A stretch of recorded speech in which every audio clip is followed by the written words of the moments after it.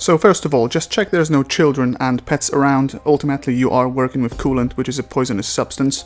Number two, you absolutely have to do this job when the engine is cold. Your cooling system is a pressurized system. Therefore, you don't want to burn yourself when it's hot. And number three, simply takes the side fairings off and you're good to go. Okay then, so step number one, the engine is cold. Just remove the radiator cap.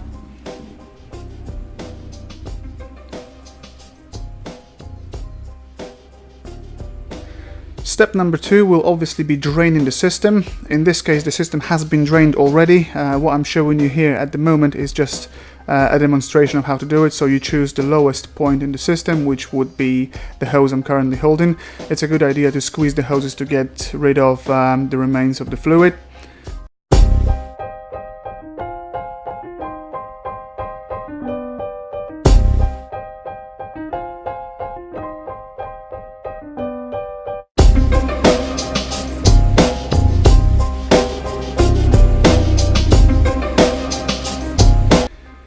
Well, step number three will be obviously to remove all the other hoses when the whole system is drained.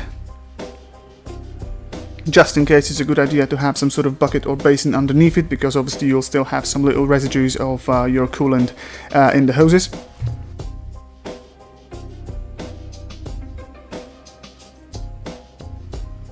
Disconnecting the hoses is actually pretty easy. You actually might only need some pliers to open the clamps.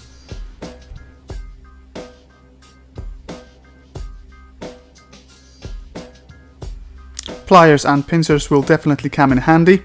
This is just to remove the clamps from your hoses. So simply squeeze them, push them slightly further up and try to get the hoses off.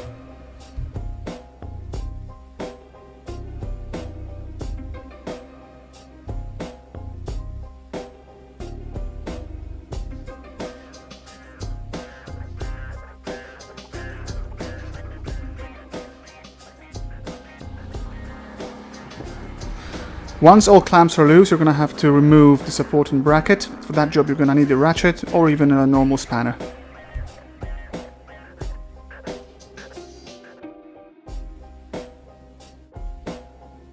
Now, once the brackets have been unscrewed, you will most likely find yourself in a bit of a struggle to remove it, and this is because the hoses are really tightly stuck to it. Therefore, it's a good idea to use one of these hooks kind of things to pry the hoses gently.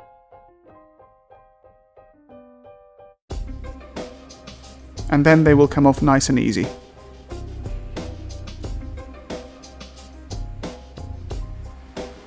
Now do the same on the other side. A bit of a gentle push, try not to damage anything, and I promise to you they'll come off nice and easy. There we go.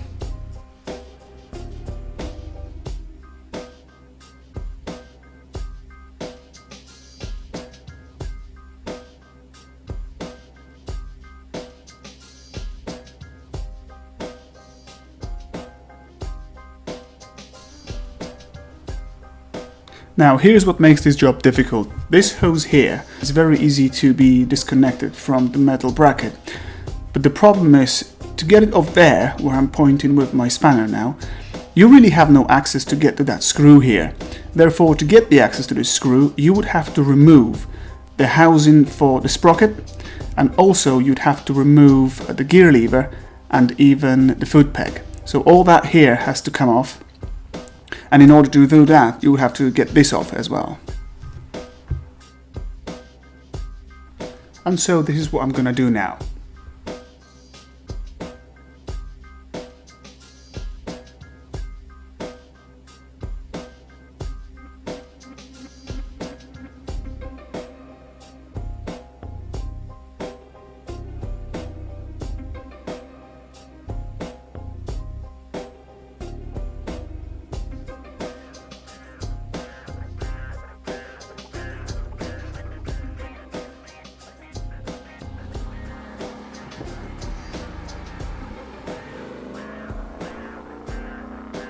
Now, once the housing is off, you can see that all that area just by the sprocket is very messy. There's tons of grease and other crap down there, so make sure that's all removed and clean.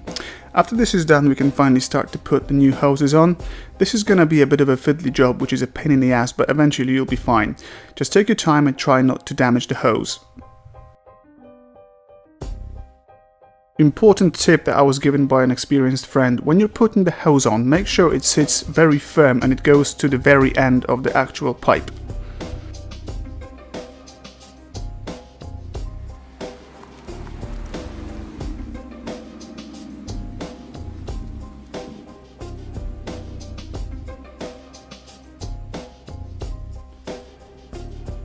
Now, once you're happy with the position of the hose, it's a good idea to start putting your clamps on. But just remember, never put the clamp at the very end of the hose. It's a good idea to leave about 2, maybe 3 millimeters of hose uncovered.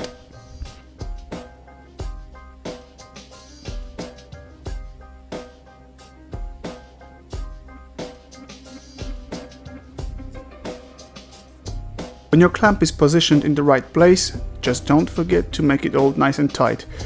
Just to remind you, your cooling system is a pressurized system, so it's very important to have your hoses and clamps nice and tight. So now go ahead with the other clamp and finish the rest of the connection. In this video I decided to show you how to do the left hand side of the motorcycle. Now the reason for it is that this part is, I think, more difficult than the other. First of all, you've got to drain the coolant here. Second of all, you've got to take the sprocket housing and even the foot peg. Well, on the other side, none of that has to happen. You've got only 3 little hoses on the other side, which is a very simple job to replace. And so the new silicone hoses are now on. You're happy with the connections, there is no problems whatsoever. The next step of the job will be to remove the reservoir, drain it and clean it. Okay, so your coolant reservoir is now nice and clean.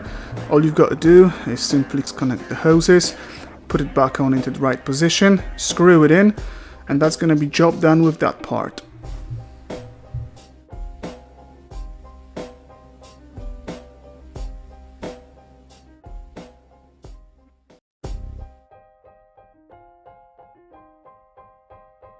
This is now time for the most pleasant part of the job, which is pouring the new fresh coolant into the system. Alright then, so take the cap off, have a quick look, maybe there's going to be some damages on the seals, hopefully not. Once it's all good, simply pour the new coolant in, and it's all good from that side. So let's not forget about putting some coolant into the reservoir, and let's pour it in until we reach the high level line.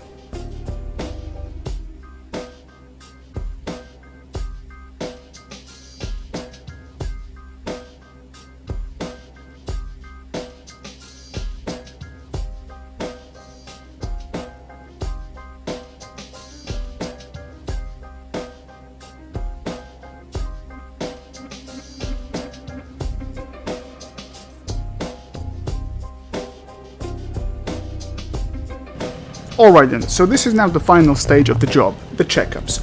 So you're happy with the reservoir, you've got the radiator cap on, and you've got the right amount of new coolant in the system. So what you've got to do is simply start the bike up, let it run, and wait until the fan kicks in. During that time, simply watch for any irregularities or leaks. Then let the engine cool down again and inspect the level of coolant in the reservoir. If you need to top it up, simply pour a bit more into the reservoir. If it's all good, then put the plastics on and hit the road.